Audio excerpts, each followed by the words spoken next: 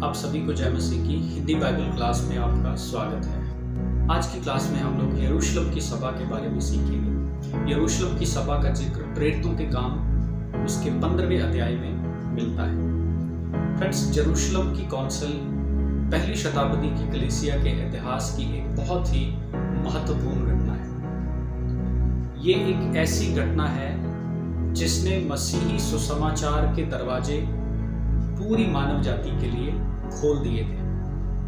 हम प्रेरितों के काम की पुस्तक उसके पहले अध्याय में पढ़ते हैं कि यीशु मसीह ने अपने चेलों से कहा कि जब तक तुम सामर्थ ना पाओ यरूशलेम को ना छोड़ना, और जब तुम सामर्थ पाओगे तो तुम यरूशलेम, यहूदिया, सामरिया और पृथ्वी की छोर तक मेरे गवाह ठहरोगे। और फिर उसके पश्चात हम देखते हैं कि जब चेलों के ऊपर पवित्र आत्मा उतरा और किस प्रकार से सुसमाचार हर जगह पर फैलता गया। और जब सुसमाचार हर जगह पर फैलता गया और अन्य जाति लोग भी जब कलीसिया में आना शुरू हुए तो एक बहुत बड़ी कंट्रोवर्सी भी वहां पर क्रिएट हो गई। ये कंट्रोवर्सी क्रिएट की गई थी असल में यहूदी लोगों के द्वारा, और खास तौर पर उन लोगों के द्वारा जो फरीसियों के पंथ में से यीशु मसीह पर विश्वास करने वाले लोग थे, और इनको बाइबल के विद्वान जुडाइजर्स भी कहते हैं। सो बेसिकली कंट्रोवर्सी इन लोगों ने जो क्रिएट करी थी वो इस प्रकार से थी। जुडाइजर्स लोगों का मानना था कि हर एक व्यक्ति जो कलीसिया में आना चाहता है, जो कलीसिया का एक भाग बनना चाहता है, उसके लिए सबसे पहले खतना करवाना और मूसा की व्यवस्था को मानना भी बहुत जरूरी है। और ये लोग ऐसा इसीलिए कहते थे, इनका मानना था कि यीशु मसीह एक यहूदी मसीहा था। यीशु एक यहूदी परिवार में पैदा हुआ और जो उद्धार उसने दिया है वो सबसे पहले यहूदी लोगों के लिए है, because Jesus was a Jewish messiah. तो अगर एक अन्य जाति व्यक्ति उद्धार को पाना चाहता है जो एक यहूदी मसीहा ने दिया है, तो उस अन्य जाति व्यक्ति के लिए सबसे पहले यहूदी बनना बहुत इंपॉर्टेंट है। और यहूदी बनने के लिए उसे क्या करना पड़ेगा? खतना करवाना पड़ेगा और मूसा की व्यवस्था को मानना पड़ेगा।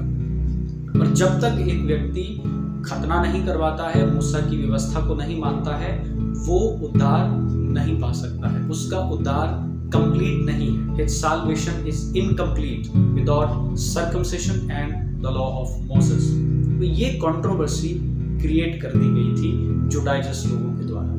प्रेरितों के काम 15 अध्याय की जो सभा बुलाई गई थी, जिसे यरूशलेम की सभा कहा जाता है, फिर उस सभा के अंदर इस कंट्रोवर्सी का हल किया गया था।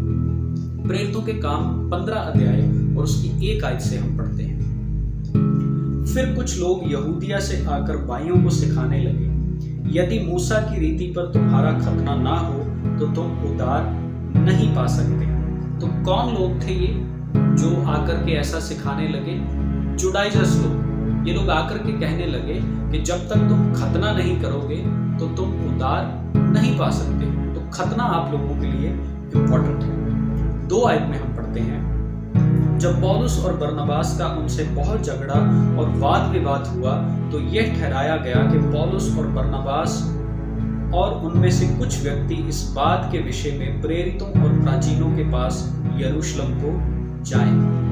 तो यहाँ पर हम देखते हैं कि इस बात को लेकर के पौलुस और बरनबास जो कि एक साइड थे और दूसरी तरफ ये जुडाइजर्स लोग थे, और इनके बीच में बहुत ही ज्यादा झगड़ा और बहुत ही ज्यादा वाद विवाद हुआ।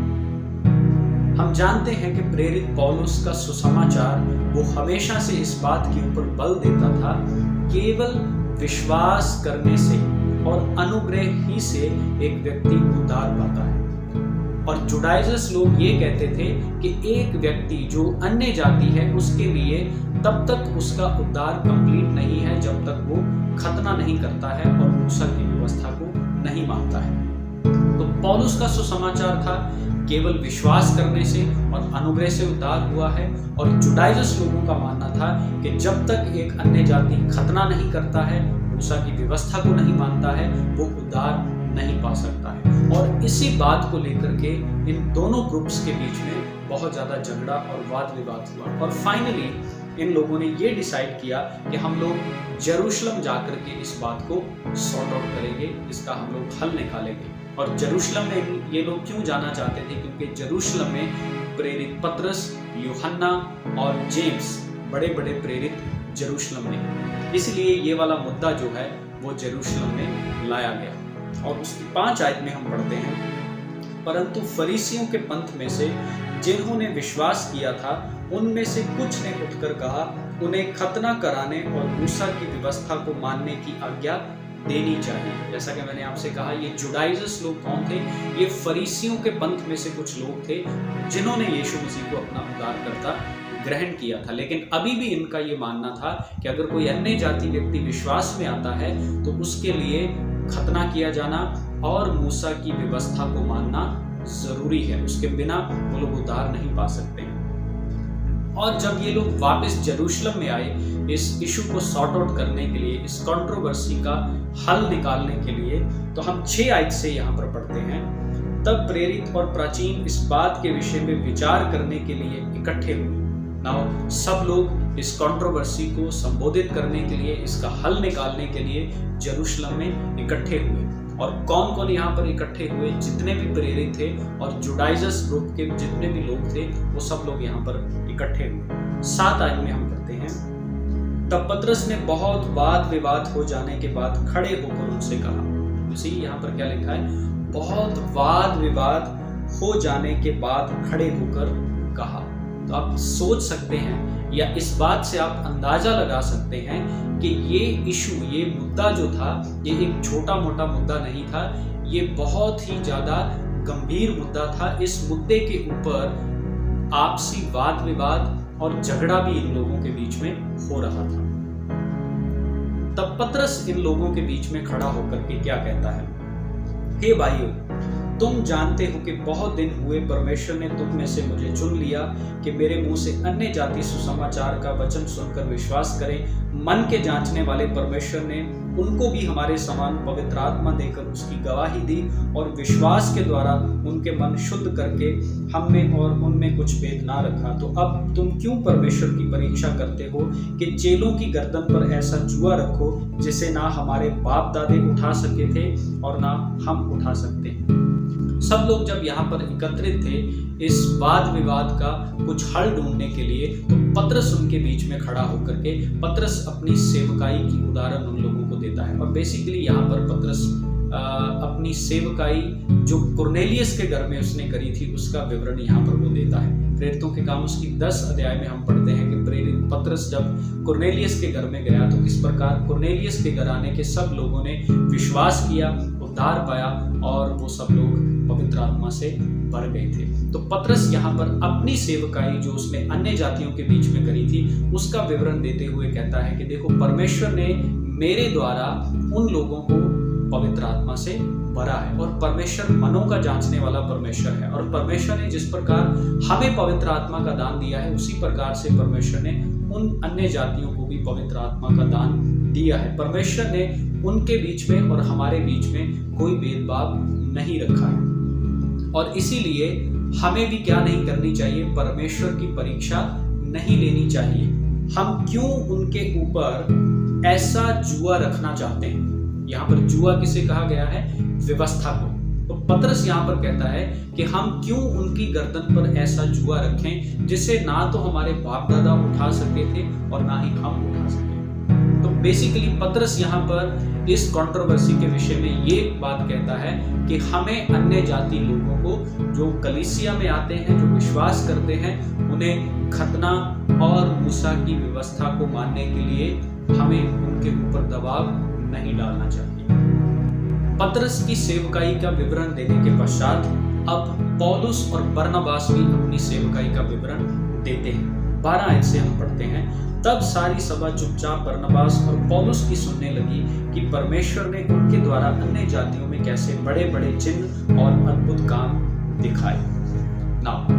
पतरस के बाद अब इस सभा के अंदर पौलुस और बरनबास जो कि अन्य जातियों के बीच में सुसमाचार प्रचार करने के लिए चुने गए थे, अब ये लोग खड़े होकर के अपनी सेवकाई के एक्सपीरियंस को उनके बीच में बांटते हैं कि किस प्रकार हमारे द्वारा भी परमेश्वर ने अन्य जातियों के बीच में बड़े बड़े काम किए।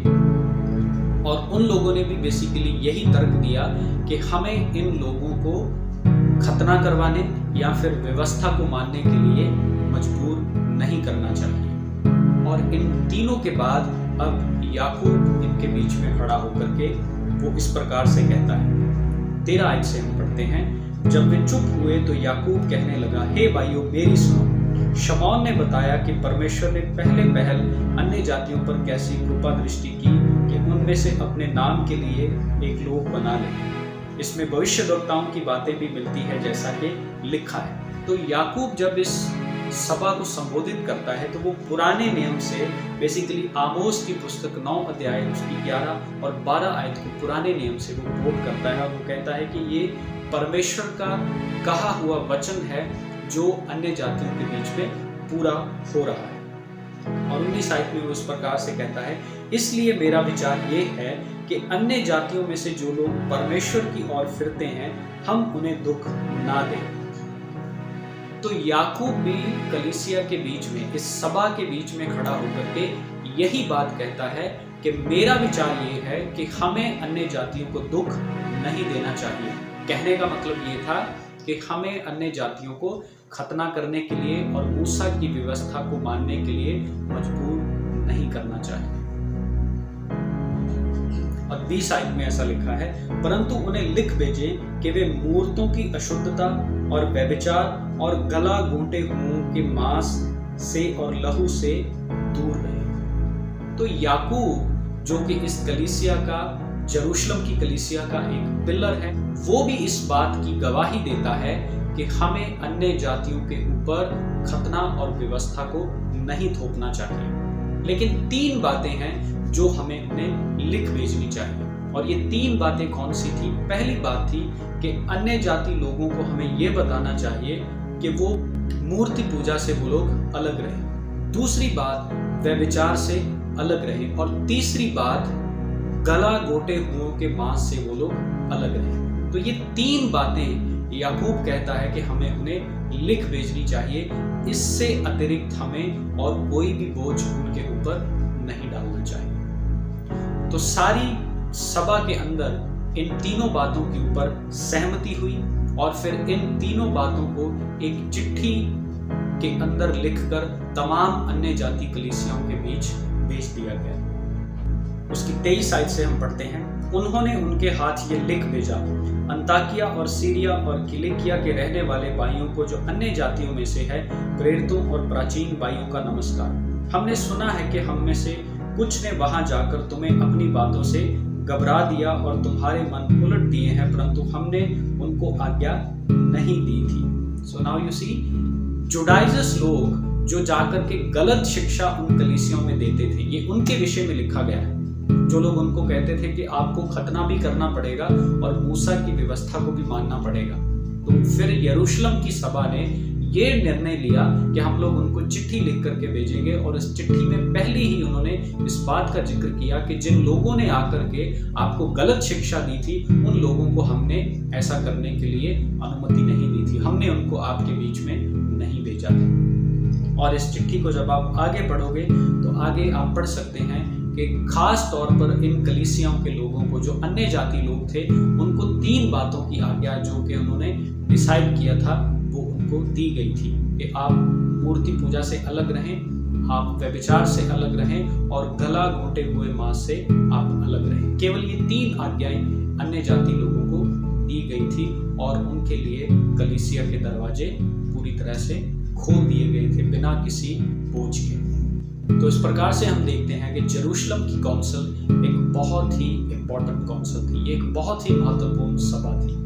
जब हम पत्रियों का अध्ययन भी करते हैं तो हमें देखने को मिलता है कि पौलुस की सेवकाई के दौरान बहुत बार पौलुस इन जुडाइजस लोगों का सामना करता है। पौलुस जहां पर भी सुसमाचार प्रचार करने के लिए जाता है, लोग वहां पर जाकर के उल्टा प्रचार करते हैं और वो कलीसिया के लोगों को, खास तौर पर जो अन्य जाति थे, उनको वो कहते थे कि आपके लिए खतना भी करना जरूरी है और आपके लिए मूसा की व्यवस्था को भी मानना जरूरी है। इस प्रकार से ये एक बोझ था जो अन्य जाति लोगों के ऊपर डालने की ये लोग कोशिश कर रहे थे। लेकिन यरूशलेम महासभा में ये निर्णय लिया गया कि किसी भी अन्य जाति विश्वासी के ऊपर जो उद्धार पाना चाहता है, जो यीशु मसीह को अपना मुक्तिदाता ग्रहण करना चाहता है, उसके ऊपर खतने का और मूसा की व्यवस्था का बोझ नहीं डाला जाना चाहिए। तो यरूशलेम की काउंसिल एक बहुत ही ऐतिहासिक सभा थी पहली शताब्दी की कलीसिया के अंदर। इस सभा के दौरान लिया गया जो डिसीजन था प्रेरितों के द्वारा, उसने अन्य जातियों के लिए कलीसिया के दरवाजों को पूरी तरह से खोल दिया। और उसके बाद हम देखते हैं कि जिस प्रकार यीशु मसीह ने कहा था, सुसमाचार धीरे धीरे केवल यरूशलेम नहीं, केवल यहूदिया नहीं, केवल सामरिया नहीं, परंतु पृथ्वी की छोर तक फैलता चला। और उसके पीछे यरूशलेम महासभा के अंदर लिया गया ये एक फैसला बहुत ही इम्पोर्टेंट रोल इसने अदा किया। सो मैं उम्मीद करता हूँ कि आज की इस क्लास के द्वारा आपने यरूशलेम सभा की महत्वता को समझा होगा। इस क्लास के द्वारा परमेश्वर आप सबको आशीष दे। Thank you.